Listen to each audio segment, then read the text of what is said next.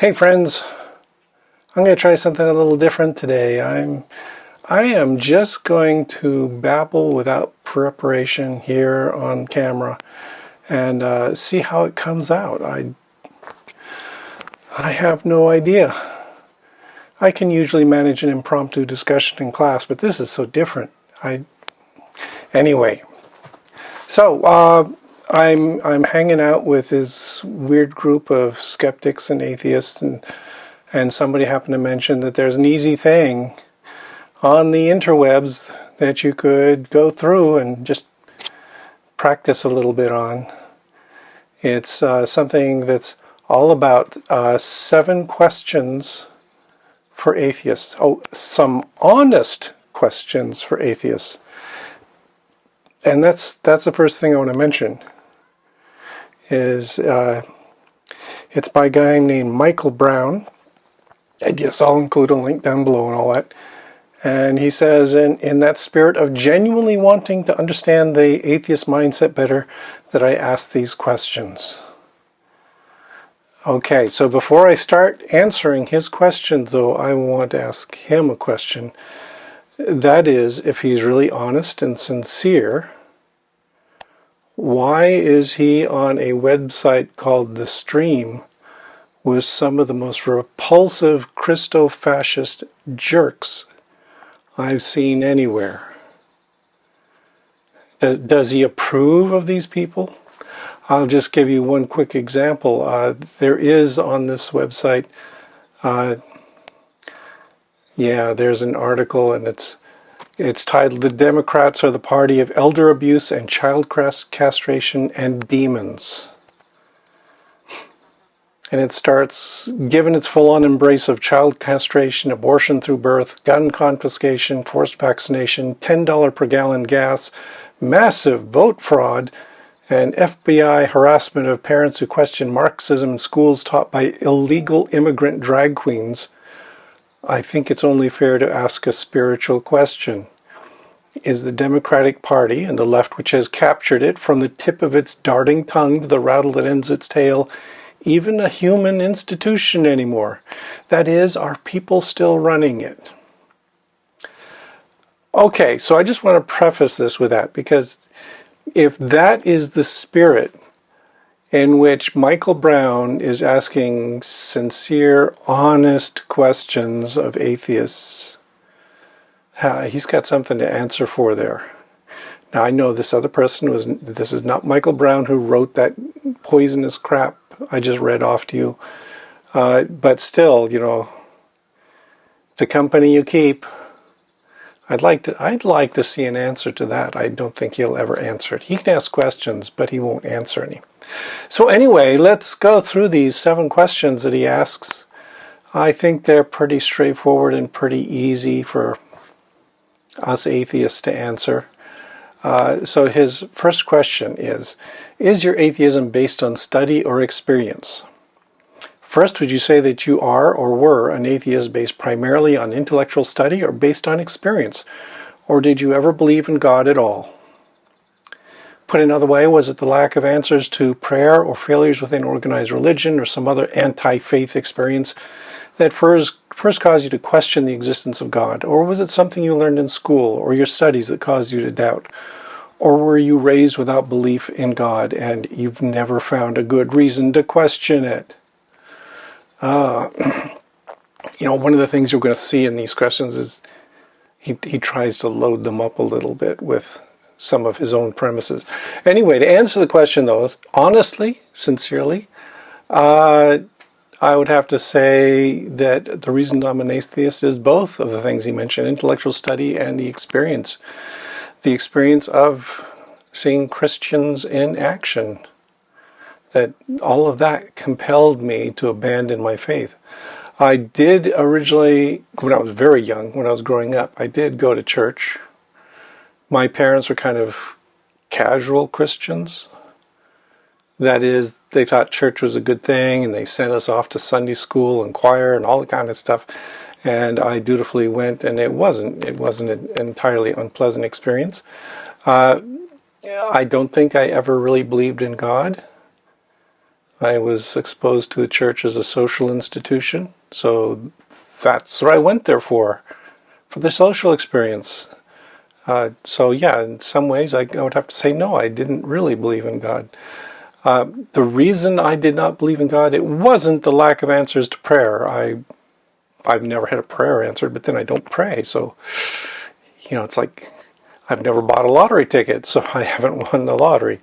But I've never seen anybody win the Jesus lottery. So, so what? No, the real reason I became an atheist was because from an early age I was interested in science. I was interested in answering questions. And sorry, church doesn't answer any of the interesting questions. Church just gives commandments. And so, no, that's why I left. That's why I'm in the profession I'm in now, is because this is what I like to do, is test the boundaries by looking into questions that give me real answers and not wasting my time on superstitious gobbledygook. Okay, so that's where I'm at now. I have never had a reason to question that approach either. It works. Okay, here's his second one. This is, again, typical Christian stuff. Do you have purpose and destiny? Second, would you say that even as an atheist you still have a sense of purpose or destiny in your life? A feeling that you are put here for a reason and that you have a mission to accomplish? Or is it primarily people of faith who feel like this, since we are simply the products of an unguided random evolutionary process? Okay. Yeah. There's so much I could say here. No, I do not believe in destiny. I do not have a destiny. People do not have destinies. Purpose is something I have, but it's my own purpose. It's not some purpose that somebody assigned to me. And I think that's also true for everybody. Some people seem to find their purpose in just obeying religious leaders. What a waste, but okay, that's what you're going to do. There's no purpose from above that is guiding all of us and telling us what to do. So, no, I don't buy that at all. And then also, of course, we are the products of an unguided evolutionary process, but evolution is not just randomness. Evolution uses randomness as a tool to shop around, to search for solutions to problems, but it's not in itself entirely random. So that's kind of a warning shot right there. I kind of suspect where this guy is coming from because of that. Okay, third question. Does God exist? Third, would you say that you are 100% sure that there is no such being as God, meaning an eternal, all-powerful, all-knowing being? Or would you say that for all practical purposes you have concluded that this God does not exist, although it is impossible to prove such a negative with absolute certainty? Nothing can be proved with absolute certainty, so that's a peculiar thing to say. But my answer here would be I am 100% sure there is no such being as God, as defined by this fellow. So he says, an eternal, all-powerful, all-knowing being, for which he has no evidence. But okay, what this is kind of the Superman problem. That if you came to me and you said, "Hey, there's this man who can with a single bound leap into the sky and fly," well, I probably wouldn't believe you. I'd say, I want to see evidence of this. Show me some more. And then maybe I can judge whether this is possible. I would also be saying, okay, but what's the mechanism? Where's the propulsive force he is using to move through the atmosphere? So I ask these questions, and the next thing they say is, hey, you know what? He also has laser eyes. He can melt steel beams with the force of his vision. And I would say, well, wait. That's not how vision works. Vision is a receptor. It's not an emitter. So what are you talking about here? And where's the energy for this coming from? Oh, but also I forgot to tell you, he also has X-ray vision. He can pump out X-rays and see through walls and just see through clothing and all this other stuff. And at this point, I'm at wit's end because, again, that's not how vision works. That's not how X-rays works. You'd have to have an X-ray source that is passing through the specimen that then arrives at a receptor like your eye. So this is crazy. And how is he surviving this? X-rays that's carcinogenic. It's going to kill him.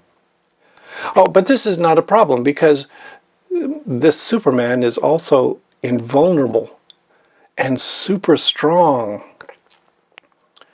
Yeah, all this stuff, and yeah, nothing can hurt him except maybe green kryptonite or something. I don't want to know the details of your theology, but okay.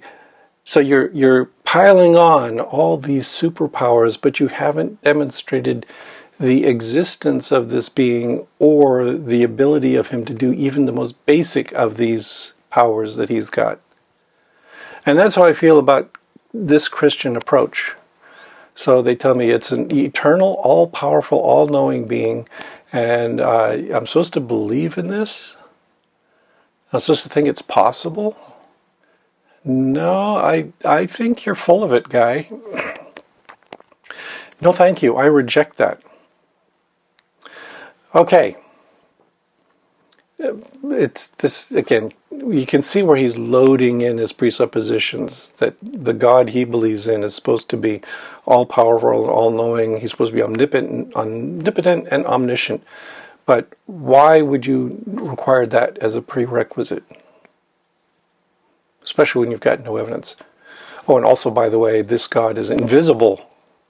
It's an invisible Superman. Ah, yeah, right. Okay, let's go to the fourth question. Can science explain the origin of life? Fourth, do you believe that science can provide answers for many of the remaining mysteries of the universe, including how the universe began, including where the matter came from and where the Big Bang derived its energy, the origin of life, and DNA coding? It says, again, these questions are not intended to stump you or prove that science can't answer everything. Instead, I'm genuinely wondering if you feel comfortable saying, we may not be able to answer all these questions now, but over time we'll get the answers, and we won't need a God to fill in the gaps. Yes, I am comfortable saying that. I have absolutely no problem with that. Are you comfortable with just announcing that you have the answers already, and it's that invisible, omnipotent, omniscient super being that you postulated in the previous question? Because you haven't demonstrated the existence of that at all, so that's not very satisfactory. The origin of life and DNA. Life is chemistry. Yeah, I have no problem with imagining, understanding, even testing the idea that the origin of life was in a chemical reaction. That's just normal. And DNA coding, what does he mean by DNA coding? Yeah, I kind of suspect he doesn't have the slightest clue. It's just a couple of sciencey sounding words he's slung out there. But yeah, I have no problem with DNA coding, whether he's talking about the triplet code of DNA or whether he's talking about the more complex patterns of sequences of nucleotides that code for proteins and gene regulation, all this other stuff. Yeah, there's no obstacle to that originating somewhere in the past. So yeah, okay. And yeah, do I think it's possible that there's something along the lines that says we need a God to fill in these gaps? Show me the gap. Let's see. I mean, this is a common claim by creationists, and they generally reveal that they don't understand the processes they're trying to question at all. So do better, guy. Do a lot better. All right, number 5. Have you questioned your atheism? Fifth, have you had any experiences in life that caused you to question your atheism? Has something happened to you that seemed genuinely supernatural or otherworldly? Or have you been confronted with some information that shook your atheistic foundations, such as a scientific argument for intelligent design? If so, how have you dealt with doubts about your atheism? All right. No, I have not undergone any supernatural experiences. I've experienced phenomena I don't understand. This is no big deal. There's lots of things I'm not going to understand, but nothing that requires a supernatural explanation. Information to shake my atheistic foundations, such as the scientific argument for intelligent design. All right, forget it. This is already getting pretty stupid. There is no good scientific argument for intelligent design. And that this gentleman thinks there is a problem. It makes it unlikely I'm going to trust what he is saying, right? It's just, okay. No, I don't. I have never seen a good argument for intelligent design. Intelligent design, again, just presupposes its premises. And there's no reason to think it's at all useful in understanding these phenomena. Have I questioned my atheism? Not really, because, just in general, I've never experienced anything that requires me to question it. The atheism is kind of the default position, okay? It's the null hypothesis. And I need you to show me something that requires me to question that hypothesis. And that is not an invitation. I have heard so much BS from Christian apologists. I really do not need more of it. Okay, next one. Are you materialistic? Sixth, are you completely materialistic in your mindset? Meaning, human beings are entirely physical, human consciousness is an illusion, and there is no spiritual realm of any kind. Or are you superstitious, reading horoscopes or engaging in New Age practices or the like? Yes, I'm entirely materialistic. That was an easy one. No, I don't read horoscopes. I definitely don't believe in horoscopes. I don't read the stars. I don't do palm reading. None of this stuff holds up. So, no. It is sufficient to explain the universe in terms of natural processes. It's all I need. Anything else that you want to throw in there is just unjustified gravy, okay? Doesn't change the fact that material agents are working in the universe right now. Okay, then the final one, the big kicker here. Would you be willing to follow God? Really? Okay, seventh, if you were convinced that God truly existed, meaning the God of the Bible, who is perfect in every way, full of justice and mercy, our Creator and our Redeemer, would that be good news or bad news? And would you be willing to follow Him and honor Him if He were truly God? Oh boy. Hell no. Are you kidding me? Again, he's loading his question. He's claiming that the God of the Bible is perfect in every way, full of justice and mercy. There is no evidence of that in the Bible. The Bible exterminated everyone on planet Earth except 8 people, according to the Bible, which is fallacious. So that's probably pretty unjust. He's not particularly merciful. There are all those tales in the Old Testament of babies getting their skulls bashed in by invading Israelites. This would be, if this were true, if somehow this super being that he believes in manifested itself in front of me, which is problematic right there already, that would be really bad news. That would be horrible. Yeah, if there were evidence that he did have those superpowers, that he could leap tall buildings in a single bound, etc., looking at the record of his morality in the Bible would tell me that this is a tragedy for humankind, that we are doomed, that we are mere ants before a tyrannical, vindictive, horrible creature. So no, I would not be willing to follow him and honor him. I would ask him to exterminate me as quickly as possible, end the suffering. Yeah, oblivion is all I want. Or send me down to hell. Hey, yeah, I'd be willing to join the armies of hell and fight back. That's the only approach I'd be willing to accept.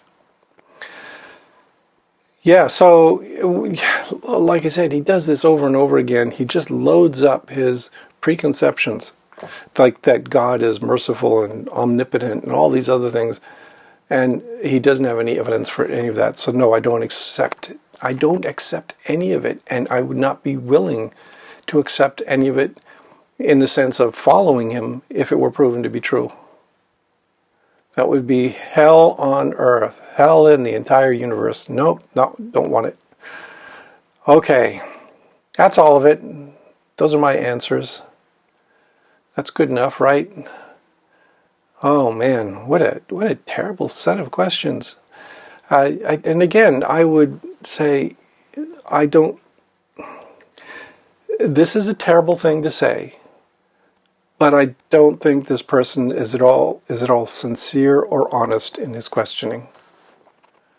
Just the way he's loaded his questions with his assumptions, just the fact that he is sharing this website with these horrible people who lie about Democrats and tell them that they're demons and all this other crap. Why are you pestering atheists? Huh? Yeah, Mr. Michael Brown. Why are you asking these questions of atheists when you should go to your next door neighbor on this website and ask him a few questions about morality and ethics and truth and how he came to his conclusions? Because, oh boy, this is pretty awful stuff. But okay, it was easy. Those were stupid questions. I suspect that just about any atheist out there could answer them like I just did without writing a script and just dumping their answers right there. Yeah, and so I didn't write a script for this one. There is no transcript I'm making, so you're just going to have to go by what I said aloud here. Sorry. I usually try to put a transcript up on my videos, but not on this one.